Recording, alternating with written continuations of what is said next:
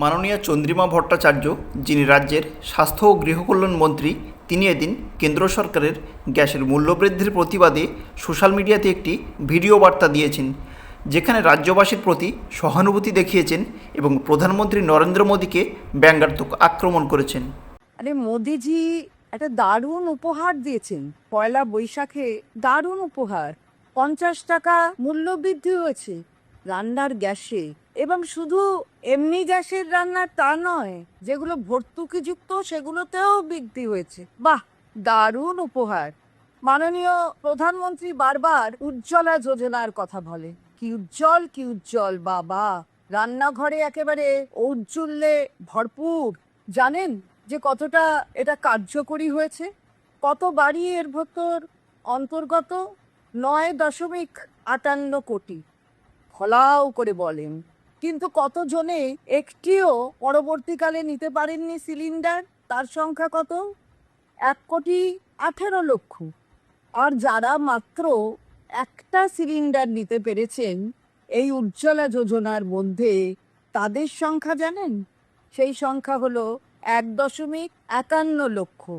আরে বাবা, কি দারুণ একটা যোজনা! আর তাছাড়া নেবেনই বা কী করে?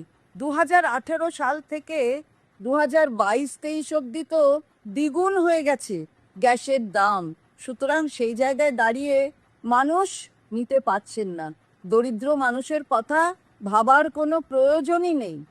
আর শুধু গ্যাস নয়, দেখুন না, হেলথ ইন্স্যুরেন্স অর্থাৎ স্বাস্থ্য বিমা, জীবন বিমা, সবের ওপর 18% জিএসটি আছে, কর আপনাকে দিতে হচ্ছে। আর 900-রও বেশি ওষুধে তার মূল্য বৃদ্ধি হয়েছে, আপনারা ইতিমধ্যেই জেনেছেন। আর সেই ওষুধগুলো কি? ব্লাড প্রেশারের, কখনো কোলেস্টেরল চেক করবার, মানে যা মানুষের নিত্য প্রয়োজনে পড়ে সেই ওষুধগুলো। বাহ বাহ বাহ, দারুণ দারুণ দারুণ। মোদিজি হ্যাঁ তো মহঙ্গাই হ্যাঁ। মোদিজি যখন আছেন তখন নিশ্চিতভাবে দ্রব্যের মূল্যবৃদ্ধি হবেই। চন্দ্রিমা ভট্টাচার্য যেহেতু স্বাস্থ্যমন্ত্রী এর পাশাপাশি গৃহকল্যাণ মন্ত্রী, তাই উনি খুব চিন্তিত গ্যাসের দাম বাড়ায়। অথচ সিলিন্ডার প্রতি মাত্র গ্যাসের দাম 50 টাকা করে বেড়ে যাওয়ায় রাজ্যের কয়েক লক্ষ মানুষ গ্যাস না কিনতে পেরে অনাহারে পড়তে পারে, এমনটাই আভাব করলেন মাননীয়া গৃহকল্যাণ মন্ত্রী। কিন্তু উনি একবারও এটা ভেবেছেন যে রাজ্যে প্রায় 26,000 শিক্ষকের চাকরি বাতিল হলো, যেখানে জড়িত 26,000 পরিবারের কয়েক লক্ষ মানুষের ভবিষ্যৎ। তাদের কথা উনি কখনো ভেবেছেন? কই, এ বিষয়ে তো তিনি কখনো ভিডিও বার্তা দিচ্ছেন না। এমনকি আজকে যে সমস্ত শিক্ষক ও শিক্ষাকর্মীরা ডিআই অফিসের সামনে তাদের বিক্ষোভ মিছিল দেখাচ্ছিলেন, সেখানে পুলিশ অমানবিকভাবে লাঠিচার্জ করল। এমনকি এক শিক্ষককে লাথি পর্যন্ত মারল পুলিশ। কই, সে বিষয়ে তো কোনো ভিডিও বার্তা দিচ্ছেন না মাননীয়া।